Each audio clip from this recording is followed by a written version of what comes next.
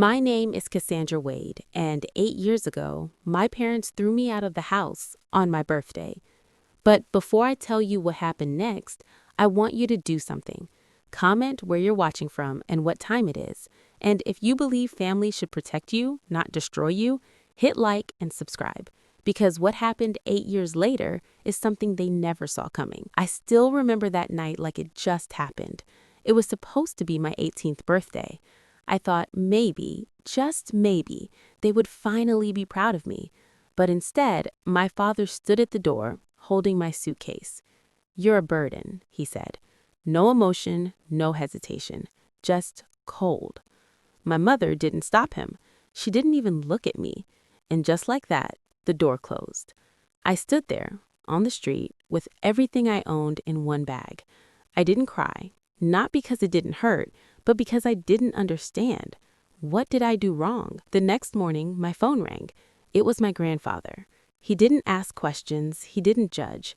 He just said, "Come home." And that moment changed my life. For the next 8 years, he became everything my parents never were.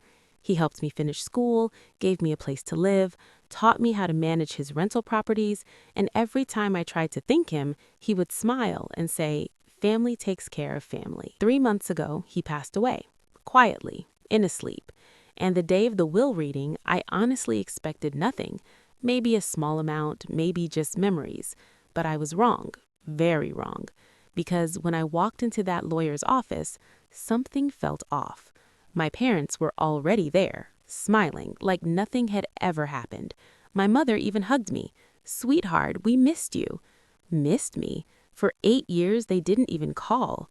My father pulled out a chair beside me. "Don't worry," he said calmly. "We'll handle everything." That sentence made my stomach tighten because I realized something in that moment. They didn't come for me. They came for something else. The lawyer cleared his throat, opened the document, and said the words that changed everything. "My client has left his entire estate," pause, "to his granddaughter." Silence. Then, estimated value, $3.8 million. My parents' reaction was instant. Smiles, excitement, greed. And that's when I knew they hadn't changed at all. But then the lawyer said something else. "There is one condition." And suddenly, everything shifted. My father leaned forward confidently. "Of course," he said. "That's normal." But the lawyer continued. "She must personally manage the estate." My mother frowned. "What does that mean?" The lawyer adjusted his glasses. "No parent or relative who abandoned her," pause, "may have any control over the estate." Silence. My father's smile disappeared. My mother froze, and for the first time since they walked in, they looked nervous. But it wasn't over. If anyone attempts to manipulate or pressure her, the entire estate will be donated to charity. Now the room felt heavy, because suddenly they had nothing. But then came the moment that changed everything. The lawyer unfolded a small note, written personally by your grandfather, and read, "I know exactly who will show up when money is involved." I felt my chest tighten, because even after he was gone, he was still protecting me. But then the final twist came. "There is one more instruction." My parents stiffened. "If requested, she may open a financial investigation into any family member." My father froze, because now this wasn't about money anymore. This was about the truth. The lawyer slid a document toward me. My hands trembled as I looked down. Bank statements, highlighted transactions, hundreds of thousands of dollars, and the name on the withdrawal authorization was my father. My heart stopped.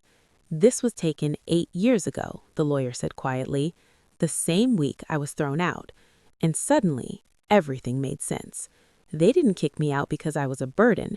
They kicked me out because they needed someone to blame. My father tried to speak. "This isn't what it looks like." But his voice wasn't confident anymore, because for the first time, he wasn't in control. I was. The lawyer looked at me. "Do you want to proceed with the investigation?" The room went silent. My parents stared at me, waiting, hoping, afraid. I paused, took a deep breath, and thought about the girl I used to be, standing outside with a suitcase and no one to help her. Then I thought about my grandfather, The man who gave me everything, who protected me even after he was gone. And I made my decision. No. My parents relaxed instantly, but only for a second, because I wasn't finished. I don't want the investigation. Pause. But I also don't want you in my life. Silence. Because this time they had nothing left to take. They stood up slowly and walked out, without looking back, just like they did 8 years ago. But this time, it didn't hurt, because I finally understood something. Family isn't defined by blood, it's defined by who stays and who protects you when you need it most.